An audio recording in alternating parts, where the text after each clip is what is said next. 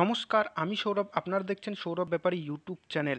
Food এশিয়ার গুরুত্বপূর্ণ একটি কেস আপডেট নিয়ে চলে আসলাম। আর পিএসসিতে একটি নোটিশ পাবলিশ হয়েছে, সেই নোটিশটি এবং কাট অফটি আপনাদের সামনে তুলে ধরবো। তাই ভিডিওটি খুবই গুরুত্বপূর্ণ হতে চলেছে, ভিডিওটি মিস করবেন না এবং স্কিপ করবেন না। আর চ্যানেলে নতুন হয়ে থাকলে চ্যানেলটিকে সাবস্ক্রাইব করে পাশে থাকা বেল আইকনটি প্রেস করে দেবেন। নিচে ডিসক্রিপশানে আমাদের টেলিগ্রাম লিঙ্ক আছে, জয়েন হয়ে যাবেন। তাহলে চলুন দেরি না করে শুরু করা যাক। প্রথমত আপনাদেরকে আসতে হবে পাবলিক সার্ভিস কমিশনের ওয়েবসাইটে psc.wb.government.in এই ওয়েবসাইটটাতে আপনাদেরকে প্রথমে আসতে হবে। তারপরে নিচে স্ক্রল ডাউন করবেন এবং নিচে দেখতে পারবেন একদম বাঁ দিকে নিচের দিকে ভিউ অল অপশানটিতে একটিবার ক্লিক করবেন। দেখুন কাট অফটি দেখে নিন। জেনারেলের ক্ষেত্রে 78.33 গিয়েছে, ওবিসি এর ক্ষেত্রে 78.33, ওবিসি বির ক্ষেত্রে 78.33, এসসির ক্ষেত্রে 68.00, এসটির ক্ষেত্রে 58.33, PS deep and hard of hearing -1.33। এবার এখানে আমি আপনাদেরকে বলে দিচ্ছি, দেখুন এখানে কিন্তু ওবিসি বি ওবিসি এ দুটোই আছে। তার মানে যেই ওবিসির যে কেসটি, যেসব রিকোয়ারমেন্ট হয়ে গিয়েছে, যেসব জয়নিং বা যেসব ইন্টারভিউ বা যেসব এক্সামিনেশন আছে, তারপরে কিন্তু এর কোনো ইফেক্ট পড়বে না। এবার আমরা রেজাল্টটি দেখে নেব। দেখুন এখানে পাবলিক সার্ভিস কমিশন অ্যাড্রেস দেওয়া আছে, West Bengal audit and account service requirement preliminary examination 2022। Advertisement number দেখতে পাচ্ছেন, ইম্পর্টেন্ট অ্যানাউন্সমেন্ট দেখতে পাচ্ছেন, এই যে নাম্বার, আর এই যে ডেটটি দেখে নিন, 14 তারিখ ডেট। ওকে, ক্লিয়ার হলো। এবার আমরা নিচে চলে আসব, এই যে দেখুন রোল নাম্বার, ঠিক আছে।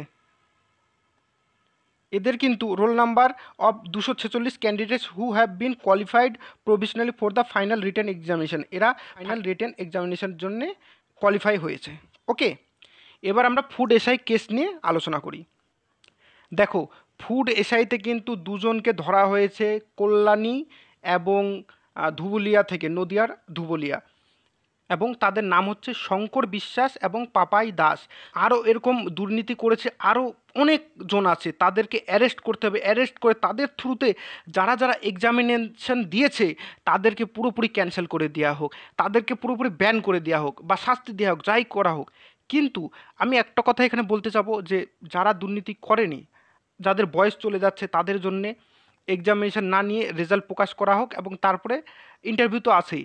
এবার এটি একটা মতামত। আরেকটি মত, এবার তোমাদের যদি রি এক্সামিনেশন, এর ব্যাপারে আমি কিছু বলতে পারবো না, যদি রি এক্সামিনেশন নাও নিতে পারো, কিন্তু দুর্নীতি যারা করেছে তারা যেন শাস্তি পায়, তাদেরকে যেন একদম ছাড়া না হয়।